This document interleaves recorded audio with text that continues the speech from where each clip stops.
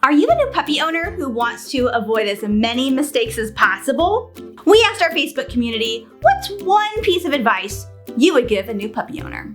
I'm Paula with Canine Country Academy. Welcome back, or nice to meet you. Our videos are created to give you the tools and the skills to improve your dog's behavior and build your relationship to get the connection you both deserve.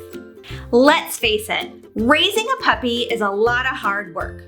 And while I'm a professional dog trainer and I could give you tons of tips and advice, I thought it would be fun to use the tips provided by our community. If you'd like to hear what those 10 tips are from our Facebook community, keep watching. Tip number 1, remember, they're just babies. We don't expect our infants to be potty trained within a few months of age. We can't expect the same from our puppies. And the same for our puppies knowing all the things. They're babies. Give them a little leeway. Tip number 2, when in doubt, take them out. Potty training is one of those things that's super challenging, and it takes a lot of consistency. So if you need help with potty training, make sure that if you think they might need to go, take them out. Supervise them. Make sure that you're setting your puppy up for potty training success. Tip number 3, you can't say it enough. Patience, patience, and more patience.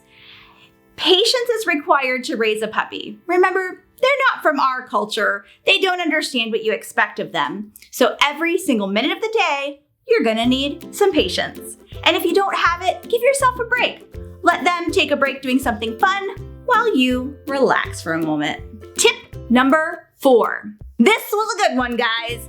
If your puppy is doing something now that won't be cute when they're big, then you shouldn't encourage it. Things like grabbing your clothes, jumping on you. These are things when they're 10 pounds, might not be so cute when they're 90 pounds. And even if you have a small dog, some of these things still aren't cute if they're not going to get very big. So make sure you're encouraging the behavior you want for the long term. Tip number 5, crate training is not cruel. Now, not all dogs can handle confinement, but it's definitely something we want to work on because there's going to be a time in your puppy's life that they need to take a nap, they need to go to the vet, they need some sort of confinement to keep them safe. And it doesn't mean that when they're an adult and they're trustworthy that you have to use a crate, although it's a good skill to have.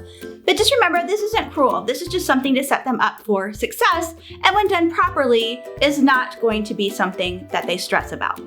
Thanks for hanging in there with me. This is tip number 6, and it's all about consistency. Having a consistent routine can really help you and your puppy be successful. So having certain feeding times, having times that you take them out to potty, times that they do different activities can really help them understand what's expected of them and be very predictable for you when you're training them, like potty training, as well as other types of training. Tip number 7. This one is all about socialization. Now, socialization is so important because we want you to be able to take your puppy pretty much anywhere that they're comfortable. But socialization is not one size fits all. So our commenter shared that it's not about actually interacting with the thing, but it's about exposure, and it's about safe exposure, making sure that your puppy is having a good time when learning about the new thing. And they don't have to love the thing the first time. They just have to experience it, and then maybe another time we can invest more on them being more comfortable with something. All right, tip number 8, let them sleep. Remember, they're babies, and dogs and puppies need to sleep anywhere between 13 to 17 hours in a 24-hour period. Now, every puppy is going to be different. Some will need more sleep, some need less. Some of these are cat naps versus the intense sleep. Tip number 9 comes from a place of love and compassion.